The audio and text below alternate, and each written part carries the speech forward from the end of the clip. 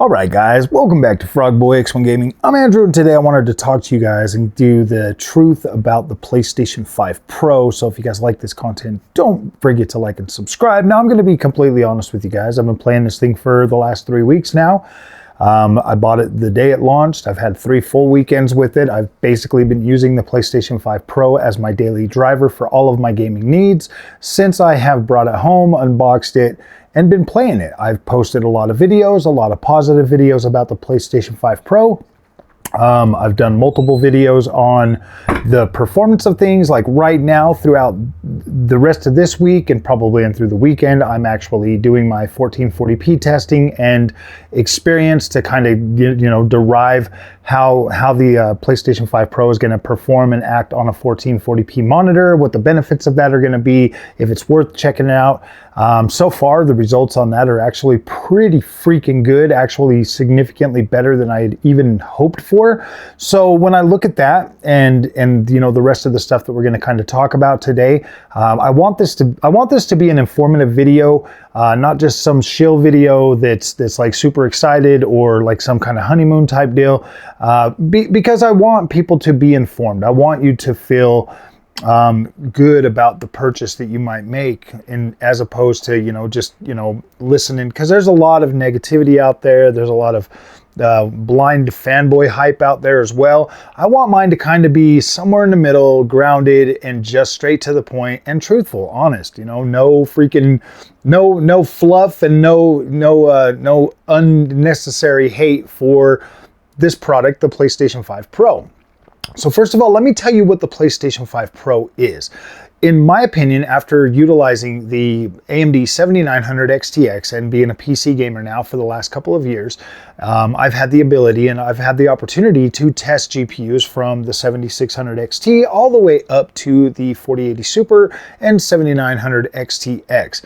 I bought these all with my own money. Nobody has sent them out to me. So I've basically went out of my way to try to figure out what is the best. And from a perspective, if we're measuring like teraflops or anything like that, that would literally put the PlayStation 5 Pro 16.7 teraflops right in line or just a little bit under a 7600 XT, which is like 22 teraflops. Obviously, the PlayStation 5 Pro has a little bit newer technology with some RDNA 4 features, but I think the base is still right around RDNA 2.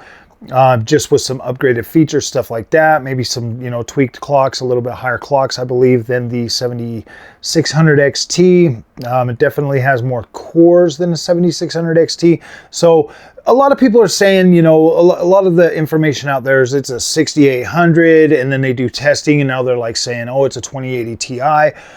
It's not that simple, my friends. It's definitely not that simple. First of all, the PlayStation 5 Pro is an APU. It's not even a full-on GPU. It is an APU. So think of it in terms of more like something like a laptop or something like that obviously can get the job done, and it's they're able to optimize significantly better for it because everything's right there on one die. Everything's right there on one die. So there are benefits to APUs and there are benefits to having a full-blown freaking system, like a PC. And the overall cost of the reduction of all the extra steps that like your memory needs to send it to your CPU, then it needs to send it off to your GPU, all of that stuff. It can be done a lot faster and a lot better on the platform, like on the PlayStation 5 APU or the Series X APU or some of that other stuff. So there's definitely ways that they can optimize for this console a little bit better. So in terms of like overall power, you have to look at the specs of the PlayStation 5 to kind of see where that would fit in the bigger scheme of things when it comes to like the PC platform.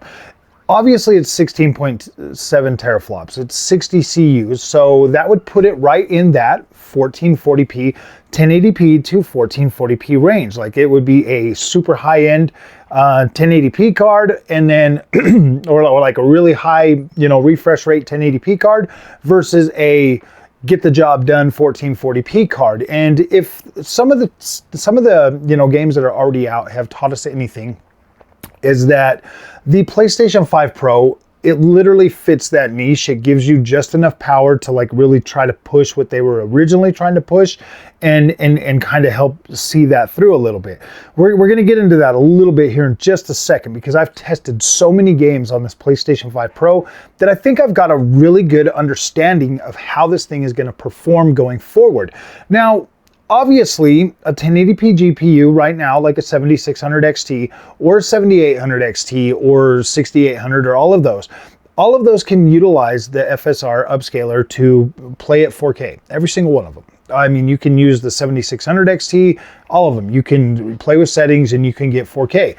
That's no different than the proprietary tech that PlayStation has built in within machine learning for the PSSR. PSSR is it's an AI-based algorithm upscaler that's going to help the console or the system, you know, be able to upscale your image from a lower resolution to make it look and perform better on a 4K display.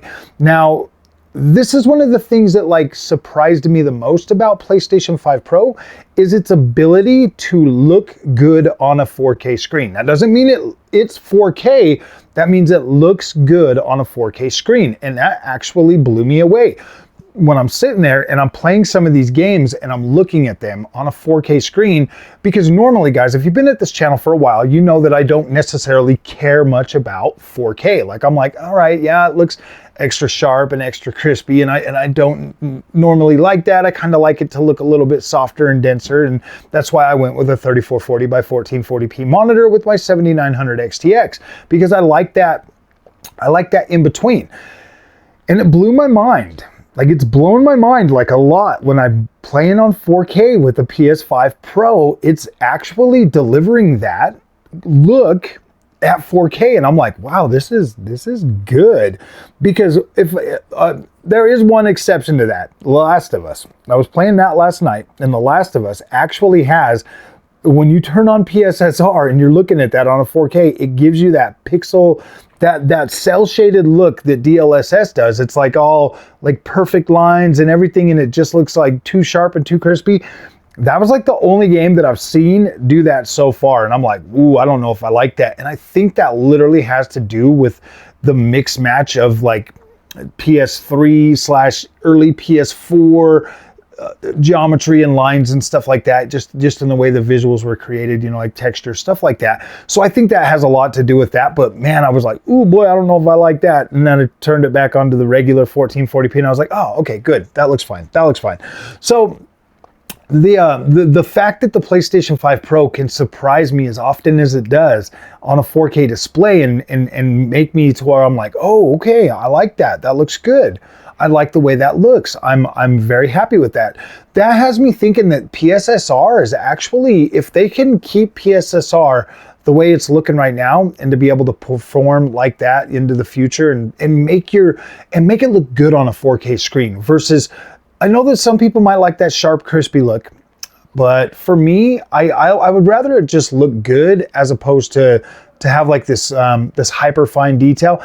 I don't necessarily think you have to worry about that with the PlayStation 5 Pro. To be completely honest, I don't think you're gonna ever have to worry too much about super high refined detail. I mean, like I've seen like Callisto Protocol running at 6K downsampled to 4K, and even that still looks really good. It doesn't, not even that one gave me that like over sharpened look. So I think from my point of view, the way that PSSR looks, I'm happy with it. Now, you'll have other people out there comparing it to DLSS, and clearly it doesn't look like DLSS. That's why I'm happy with it. I'm pretty happy with it for the most part. I don't hate DLSS. I just don't prefer, I have a different preference for the overall image quality. I've made that perfectly clear on this channel, and it's not to start like any wars or any fights or anything like that. It's just my preference. That's what I like.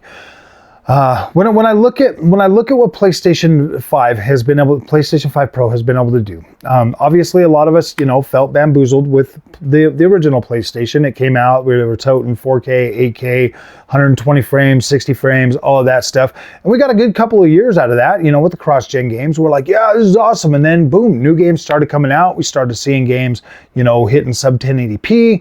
and that didn't feel right. So I get the apprehension from people, you know, towards PlayStation 5 Pro being like, no, man, they already bamboozled me once. I'm not doing it again. Trust and believe. I've made plenty of content about that.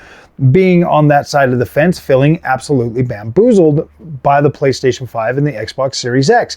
So much so that I pretty much went all out on PC and I was like, yeah, dude, I'm done. I'm done. But PlayStation 5 Pro, from all the games that I've tested about 56 of them now. And from all the games that I've tested and been able to see how this performs across old games, new games, games that are coming out right now, and everything basically in between, I've gotten to understand a little bit better about how PSSR or PlayStation 5 Pro, how that's going to work. Now, if you look at this from a point of view of like, say back in the 360 era and the PlayStation 3 era, when we were getting games then, we were literally getting really cut down experiences compared to what the PC counterparts are. I've went back and I've bought a whole bunch of those games, and you can literally tell that like the PC experience is significantly better, much higher resolution, much higher texture quality, way more features, better, like just everything looks significantly better on those games. Like it's not even close. There's not one game from that generation that even comes close to looking what it looks like on PC. That's not the case anymore. That's not the case anymore. That's what I'm trying to say. It's not the case anymore. Now developers are really trying to push the textures. They're really trying to push the draw distance. They're trying to push all of these other features that absolutely add to the overall density and visual quality of these games. But that comes at a cost, and usually that cost is resolution or performance. So when you get a new console like the PlayStation 5 Pro that actually has more dedicated hardware to be able to add to that or to let those games run wild, most of these games are getting dynamic resolution and obviously like uncapped, unlocked frame rates. So when you put that PS5 Pro right into the mix, and you just, boom, drop it in and you let the games run however they're gonna run without any patches or anything, I'm seeing a very decent uptick in overall, like games like Forspoken. That game ran at 720p on the base PlayStation 5. It is now hitting closer to 1440p. It looks significantly better. The performance is actually feeling fine. You still have the ability to turn on high frame rate mode, so you can let the frame rate just go wild on that, and it's actually doing significantly better. There are other games that are giving me the same overall results. One of my favorite features is the way that this console actually performs at 1440p. Well, not 1440p, but with the PS4 games. Now, right now, like I said, I'm testing out the 1440p experience, you know, this week and you know, throughout the weekend, stuff like that. And is what I've done is I've taken some of my PS4 games and I'll let them run, and then it will upscale them to 4K because it's doing a pretty good job at that. When you look at it on a 4K screen, it actually looks pretty decent. Obviously, it could look a little bit weird or whatever, but for the most part, it looks pretty decent. But then when you actually have it hooked to a 1440p monitor, it makes that experience look significantly better. Drive Club and Bloodborne both look freaking fabulous on a 1440p monitor after being downsampled again. Like the image quality on those games looks significantly better. Obviously, you're still stuck at 30 frames per second. The PlayStation 5 Pro is not doing like a boost mode like you get with Xbox Series X, but it is there, and it is there. There is the ability to try that. So I've went back and I've tested a lot of games. I've been testing games for basically 3 weeks now, going through, testing out these games, having some fun, checking this out, and really trying to, you know, just enjoy the PlayStation 5 Pro experience as if this is my only way of gaming. I you know, obviously I have a PC. I've pretty much put that on the back burner, and I've just been utilizing PS5 Pro as my daily driver to really try to put myself back in that headspace. And for the most part, it's working. And I can honestly say, my friends, that I actually feel like giddy. I feel happy about the PlayStation 5 Pro. Like I'm feeling good about it. As a consumer to you, like we're consumers, man. I buy this stuff because I like it, because I'm interested in it, because I want to see it. Yes, I did go into PlayStation 5 Pro with lower expectations. I was like, yeah, this thing ain't going to do what it's going to do. I just want to see what it's going to do for GT7 and PSVR 2. But like I've said, this thing surprises me just how good it actually looks at 4K compared to what, you know, other games are looking at. Like, yeah, obviously if you've got the power to run native 4K with max ultra graphics and stuff like that, like, you're gonna notice a difference. It's gonna be sharper, it's gonna be crisper, it's gonna look more finely detailed.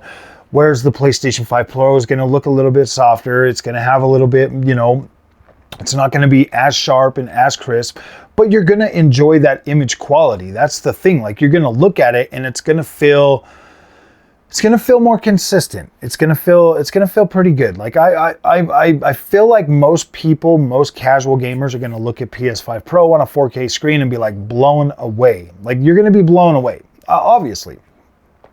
So that is something to take into consideration. But as we've seen with multiple games now, I've seen how I've kind of got like a little feeling of how PSSR is going to work.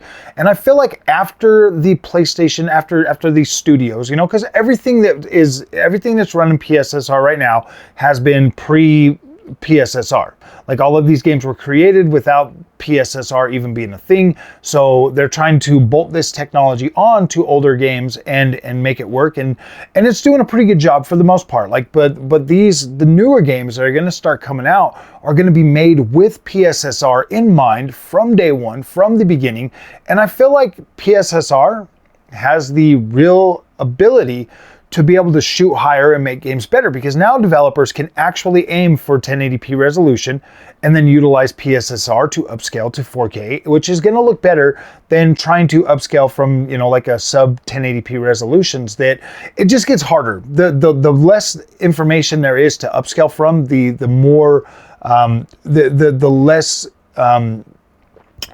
less good your overall image quality is going to look, period. I mean, you can see that on PC, like trying to run from a low resolution, trying to boost up to like 4K and stuff.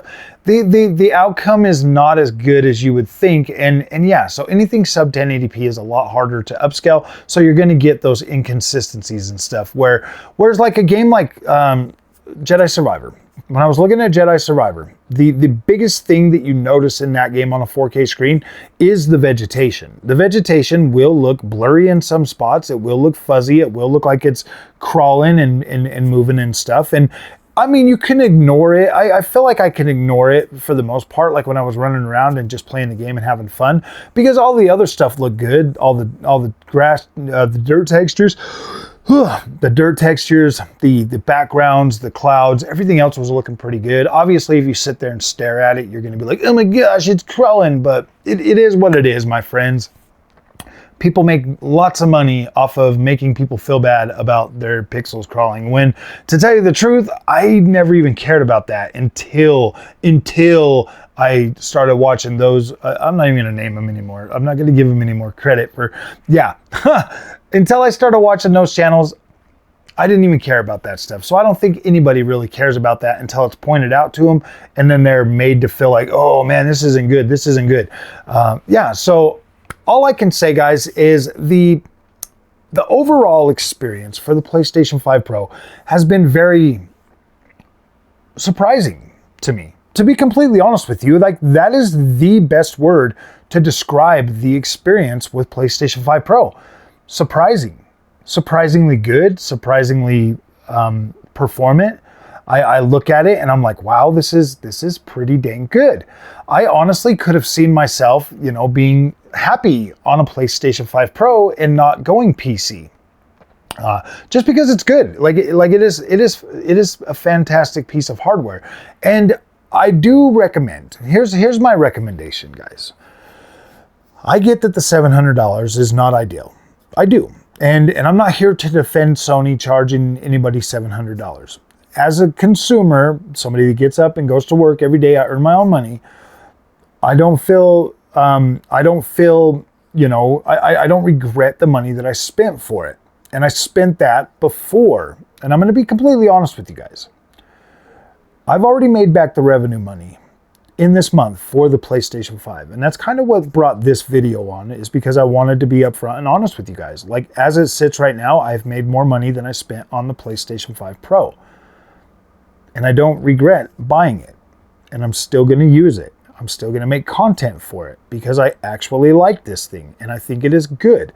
There's a lot of other content creators out there that don't have to work as hard to make that money back on some of this stuff because they automatically just get the views. I have to work harder than most people to put out multiple videos just so that I can get the views for those, because I do. Everything that I invest in this channel, it's stuff that I want and I want for the channel, so I have to work for it. And I do that by making the videos, by making the content, to trying to get people to watch it so that I can make that money to pay back myself for buying that. Because let's face it, I've got a PC, I don't need a PS5 Pro, but it helps me build the community, it helps me make content for other people that want to be happy. And yes, guys, I am very positive about PlayStation 5 Pro. Not only has it been able to pay itself off, but it's also been able to fully entertain me for this last few weekends. It's been great. I'm not disappointed with it. Yes, there are some blemishes on some of these games. Will they get fixed? Who knows? Jedi Survivor has literally been broken since launch, and I don't think it's ever been absolutely perfect anywhere. Star Wars Outlaws, I mean, it's a Ubisoft game. I'm usually pretty used to Ubisoft games being 1440p. If I look at Assassin's Creed Valhalla versus Jedi Outlaws or Star Wars Outlaws looks better than what the other game did, at least in terms of like vegetation, stuff like that. But they look pretty similar. So it's not really a big thing. Like, I would still be satisfied with that experience. When it comes to PlayStation games, they look absolutely beautiful. It's absolutely beautiful. It's 100% given me the experience on PSVR 2 that I wanted.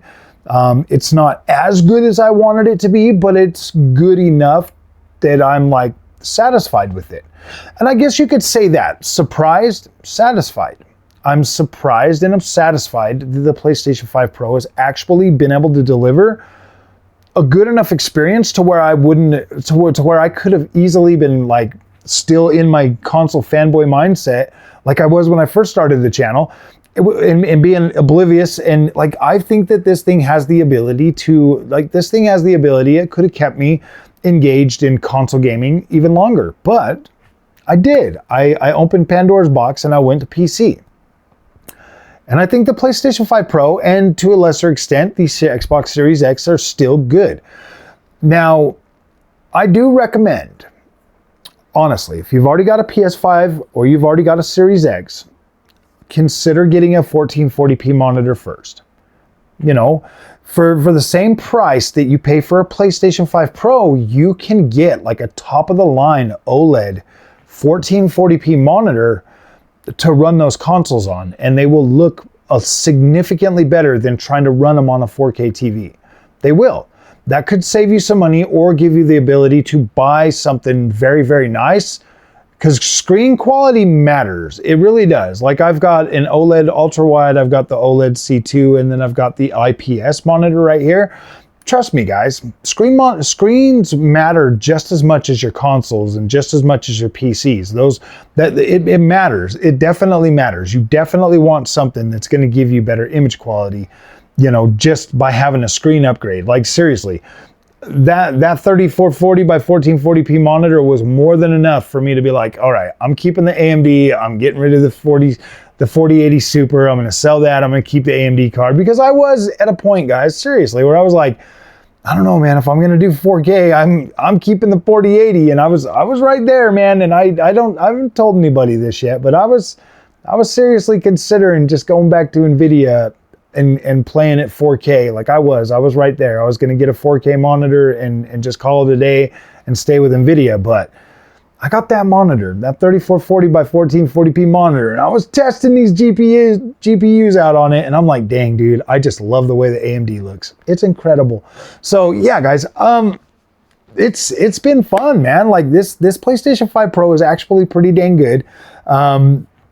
Definitely not overhyped. I feel like if you come into it with a level head, don't expect it to be like, whoa, but expect it to do good, obviously. But as long as you come into it with a level head and you're like, okay, I feel better about what I'm buying. I know what I'm buying. I know it's going to look good on a 4K screen, because that's what it does. It looks good on a 4K screen. It's not like the best 4K visuals you've ever seen, but it looks good on a 4K screen. I feel comfortable saying that, and I feel comfortable, you know, giving you that information. In terms of like storage space, obviously the 2 terabytes is such an incredible.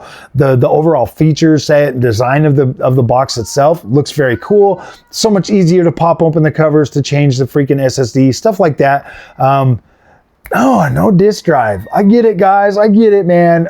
Oh no, dude. I've been buying games digitally and I stopped buying them I stopped buying them physically. Uncharted 4 was the last game that I bought digital or bought physical. Everything since then has been digital. Yeah, that is something that you'll have to like take into consideration if that's something that you're going to do is upgrade. Definitely kind of sucks that they didn't have that in there for $700, but my PlayStation's gotta make that money somehow, guys. Like the console base is shrinking, so yes, they have to find a way to monetize you guys. I kind of feel like in a couple years we're gonna look back at the PS5 Pro honestly and be like, that was kind of a half step. I wish they would have just went like, you know, $1,000 plus. I know, $1,000 plus and got you way more power to really compete and to like really just, you know, beef it up enough to where PSSR would absolutely be able to upscale anything to 4K. So yeah, guys, overall, I feel good about it. I feel like the PlayStation 5 Pro is definitely worth picking up. It might not be worth the price to you right now. Like, I get that. I mean, $700 is not an insignificant amount of money, but it is, you know, it is pretty, what you get for $700 is pretty dang good compared to what you would get for that $700 on a PC. Like you could definitely do, yeah, you're definitely going to be in a pretty decent space with the PlayStation 5 Pro. So, all right, my friends, if you guys like this content, do not forget to like and subscribe. I'll see you in the next one. Thank you for watching.